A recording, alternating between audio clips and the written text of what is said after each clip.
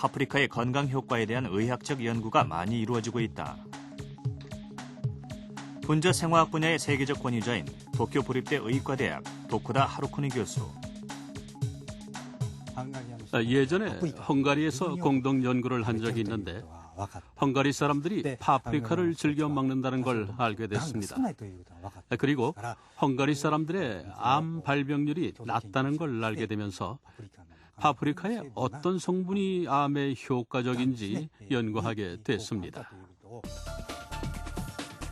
도쿠다 교수팀이 주목한 성분은 빨간 파프리카의 색소 성분 캡산틴이었다. 피부암 쥐들에게 빨간 파프리카에서 추출한 캡산틴을 경구 투여한 후 캡산틴을 투여한 그룹과 그렇지 않은 그룹의 종양을 비교했다.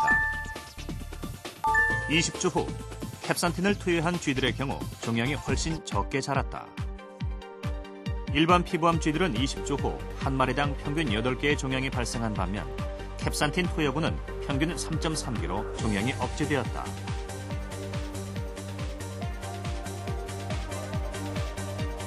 특히 일반 피부암 쥐들의 최초 종양 발생 시기는 실험 7주 차인데 비해 캡산틴 투여군은 그보다 2주 늦은 9주 차에 최초 종양이 발생한 것으로 나타났다. 붉은 파프리카의 색소 성분인 캡산틴이 암을 억제한다는 이야기다. 암세포는 체내에 존재하기 때문에 암세포의 정식을 억제하는 방법을 찾아내야 하며 파프리카의 캡산틴이 바로 이런 효과를 가진다는 것입니다. 그런데 캡산틴은 암세포를 파괴하는 것이 아니라 암세포가 정식하는 속도를 억제합니다. 그래서 부작용이 없습니다. 항암제는 세포를 파괴하기 때문에 머리카락이 빠지거나 몸이 쇠약해지는 등의 부작용이 발생할 우려가 있습니다. 하지만 파프리카의 캡산틴은 아무리 먹어도 몸에는 해를 주지 않으면서 정상세포가 아닌 암세포의 정식만을 억제하게 됩니다. 감염이나 염증, 스트레스 등의 상황에 노출되면 세포 속의 일산화질소와 활성산소는 급격히 늘어난다. 문제는 이 둘이 빠른 속도로 결합하면서 강력한 발암물질을 만들어낸다는 것이다. 그리고 이는 DNA에 심각한 손상을 입힌다. 빨간색 파프리카를 먹게 되면 그 속에 들어있던 색소 성분인 캡산틴을 함께 섭취하게 된다. 이렇게 몸속에 들어온 캡산틴은 지나치게 늘어난 일산화질소와 활성산소를 제거하는 역할을 한다. 그리고 이 둘이 결합해서 만들어진 강력한 발암물질의 활동을 억제하는 작용을 한다. 우리 몸속에 캡산틴이라는 성분이 들어가면 암에 대한 면역력을 높여주는 작용을 합니다. 하지만 항암제처럼 암세포 자체를 파괴하는 것은 아닙니다. 암세포의 정식을 억제하는 작용, 즉 암세포가 늘어나는 것을 지연시켜주는 효과를 가지고 있습니다. 이런 현상을 우리는 암 예방 효과라고 합니다. 캡산틴은 이처럼 암세포 자체를 파괴하는 것이 아니라 암세포의 정식을 억제하는 암 예방 효과가 있다고 생각하시면 됩니다. 경상남도 마산.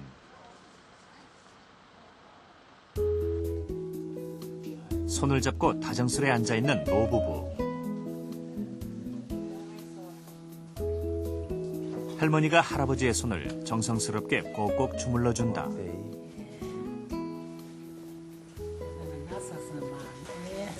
병원에서는 돌아가시는 거 있지만 그래도 이래 살아가고 오신 게네 마음이 흡족하고 좋습니다.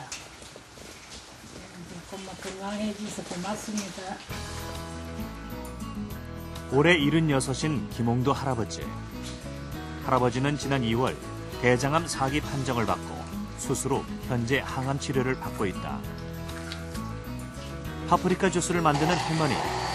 남편이 대장암 수술을 받은 후 단 하루도 빼놓지 않고 남편을 위해 준비한 것이 바로 파프리카 주스였다. 맛이 좋다. 예, 감사합니다. 대변도 잘 안 나온다 그러면 그런 거 잡수고 이러는 게 대변도 잘 나오고 그런 견해 그거를 이제 좋다고 생각하고 그랬습니다. 할아버지의 대장암 수술 이후 가족들의 식탁에 변화가 생겼다.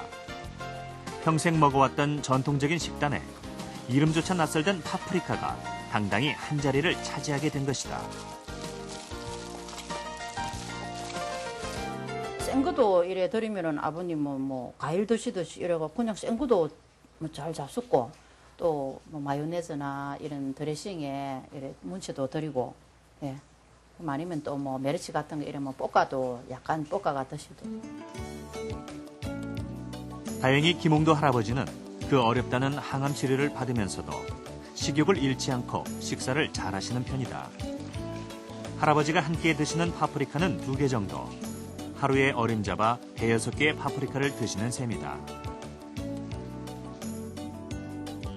이제 항암 치료 4번 받았습니다. 힘 안 드셨어요? 힘은 다른 사람만 치료를 막 뭐 음식 못 먹고 이러진 않아요, 지금. 예. 다른 사람은 뭐 고통이 많이 오는데 난 고통 많이 온지도 모릅니다. 암 발견 당시 대장에서 시작된 암세포는 간까지 전이된 상태였다. 상행결장, 그러니까 이 대장의 그 간 쪽으로 올라가는 거기에 이제 암이 생기셨고요. 처음에 발견했을 당시에 이미 간까지 전이가 돼 있었습니다. 근데 다행스러운 거는 간에 그 전이가 된 것도 수술이 가능하게 돼서 이 대장하고 간을 동시에 수술을 받으신 분입니다. 그래서 현재는 예방적인 항암 치료를 받고 있습니다. 김홍도 할아버지가 항암 치료를 받기 위해 다시 병원을 찾았다.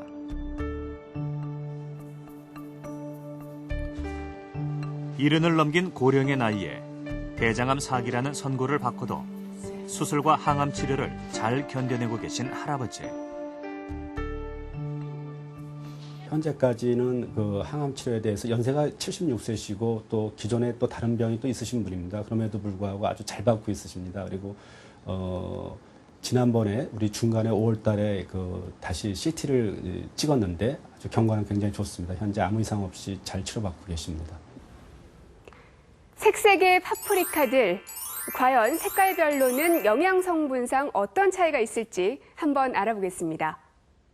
초록색 파프리카에만 들어있는 성분으로 엽록소인 클로로필이 있는데요. 이 클로로필은 헤모글로빈과 구조가 비슷해서 우리 몸속에 들어오면 조혈작용을 도와 빈혈 예방에 좋다고 합니다. 빨간색 파프리카와 붉은색 고추에만 들어있다는 캡산틴 성분은 항산화 기능과 함께 암을 예방하는 데도 도움을 줄 수 있고요. 주황색 파프리카에 많은 베타카로틴은 면역력을 높여주는 역할을, 또 노란색 파프리카에 들어있는 루테인과 제아잔틴 성분은 눈 건강에 도움을 준다고 합니다. 이렇게 살펴보니까 색깔별 파프리카를 골고루 먹으면 몸에 좋은 영양 성분도 골고루 섭취할 수 있겠다는 생각이 드는데요. 이제 남은 것은 어떻게 맛있게 그리고 영양 성분에 파괴 없이 조리하느냐의 문제겠죠? 처음보다 좀 어떠신가 모르겠네. 제가 검사 한번 해볼게요. 한번 봅시다. 이쪽 다리부터 한번 올려. 환자 진료에 연연이 없는 한의사 남문식 씨. 그리고 좋으시네, 그죠?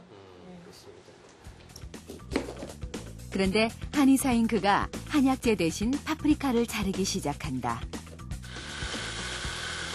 중학교 1학년인 아들을 위해 특별 영양환을 만들고 있는 것. 찹쌀가루와 대두가루, 파프리카즙을 각각 1:1:2의 비율로 섞어서 반죽을 한다. 약간 되직할 정도로 반죽을 치댄 다음 먹기 좋은 크기로 환을 만든다. 이렇게 해서 잘 건조시키면 아이들 건강에 도움이 되는 파프리카 영양환이 된다. 남문식 씨가 파프리카 환을 만들게 된 이유는 성장기에 잔병 치레가 잦았던 아들을 위해서였다. 파프리카는 사실 좀 부족한 부분이 단백질이 참 많이 부족하거든요. 이 성장기 때는 단백질이 뼈와 근육을 만들기 때문에 아주 중요한데 이것이 부족하기 때문에 이 식물성 단백질과 되게 필수 지방산이 많이 들어가 있는 이 대두를 포함시키로 인해서 이 파프리카의 그 효능을 말 그대로 오뎅에서 골고루 들어갈 수 있도록 도움을 주는 거죠. 파프리카가 성장기 아이들의 건강에 도움이 되는 이유는 무엇일까? 파프리카에는 많은 양의 비타민C가 들어있다. 그런데 이 비타민C는 성장기에 꼭 필요한 철분의 활동력을 강하게 하고 철분이 몸에 잘 흡수되도록 도와주는 역할을 한다.